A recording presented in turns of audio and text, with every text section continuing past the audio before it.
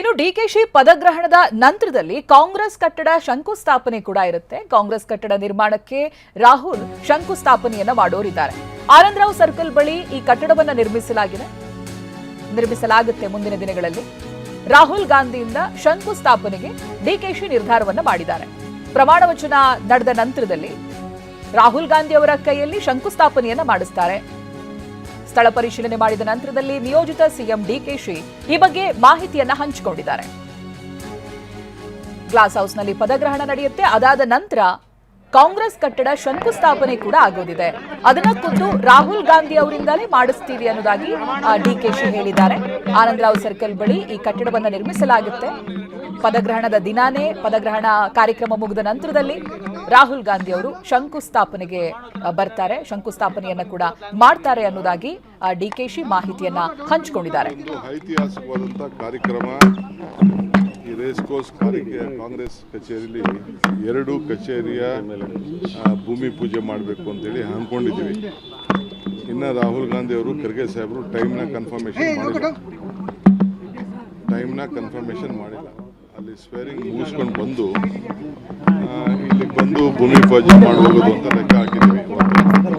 ನಮ್ಮೆಲ್ಲ block presidents, ರಾಜ್ಯದ ಎಲ್ಲ block presidents, DCC presidents, frontal organisation chiefs, MLAಸು, XMLAಸು, XMPಸು, ಚೇರ್ಮನ್ಸು, ನಮ್ಮೆಲ್ಲ ಬ್ಲಾಕ್ ಪ್ರೆಸಿಡೆಂಟ್ಸು, ರಾಜ್ಯದ ಎಲ್ಲ block presidents, DCC presidents, frontal organisation chiefs, MLAಸು, XMLAಸು, XMPಸು, ಚೇರ್ಮನ್ಸು, MLCಗಳು ಅವನ್ನೆಲ್ಲ ಕೂಡ ಇಲ್ಲಿ ಇನ್ವಿಟೇಷನ್ ಎಕ್ಸ್ಟೆಂಡ್ ಮಾಡ್ತೀವಿ. ಎಲ್ಲ ಪಬ್ಲಿಕ್ನೆಲ್ಲ ಮಾಡೋಕ್ಕಾಗಲ್ಲ, ನಮ್ಮ ಕಾರ್ಯಕರ್ತರಿಗೆ ಕ್ಷಮಿಸಬೇಕು. ಇಲ್ಲೇ ಯಾಕೆಂದರೆ ನಾವಲ್ಲಿ ಪ್ರಮಾಣ ವಚನ ಸಂದರ್ಭದಲ್ಲಿ ಜಾಗ ಇಲ್ಲ. ಅಲ್ಲಿ ವೆರಿ ಲಿಮಿಟೆಡ್ ಸೀಟ್ 600-700 ಮಾತ್ರ ಅಲ್ಲಿ ಅವಕಾಶ ಇದೆ. ಪರ್ಮನೆಂಟ್ ಗೆಸ್ಟು 600-700 ಇಡೀ ದೇಶದ ರಾಜ್ಯದ ಗೆಸ್ಟ್ಗಳೆಲ್ಲ ಇನ್ವೈಟ್ ಮಾಡಬೇಕಾಗಿದೆ.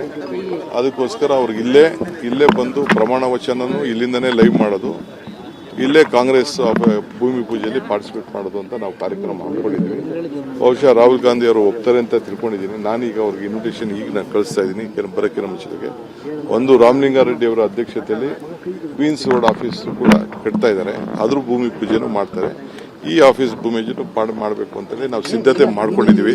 ಇನ್ನ ಕನ್ಫರ್ಮೇಶನ್ ಇಲ್ಲ. ಅದು 100 ಕಚೇರಿದು ಇನ್ನೊಂದಿನ ನಾವು ಮಾಡ್ತೀವಿ. ಇದೊಂದು ಐತಿಹಾಸಿಕವಾದಂತಹ ಕಾರ್ಯಕ್ರಮ. ಈ ರೇಸ್ ಕೋರ್ಸ್ ಕಾಂಗ್ರೆಸ್ ಕಚೇರಿಯಲ್ಲಿ ಎರಡು ಕಚೇರಿಯ ಭೂಮಿ ಪೂಜೆ ಮಾಡಬೇಕು ಅಂತೇಳಿ ಅಂದ್ಕೊಂಡಿದ್ದೀವಿ. ಇನ್ನು ರಾಹುಲ್ ಗಾಂಧಿ ಅವರು ಖರ್ಗೆ ಸಾಹೇಬರು ಟೈಮ್ನ ಕನ್ಫರ್ಮೇಶನ್ ಮಾಡಿಲ್ಲ. ಅಲ್ಲಿ ಸ್ವೇರಿಂಗ್ ಮುಗಿಸ್ಕೊಂಡು ಬಂದು ಇಲ್ಲಿಗೆ ಬಂದು ಭೂಮಿ ಪೂಜೆ ಮಾಡೋದು ಅಂತ ಲೆಕ್ಕ ಹಾಕಿದ್ದೀವಿ.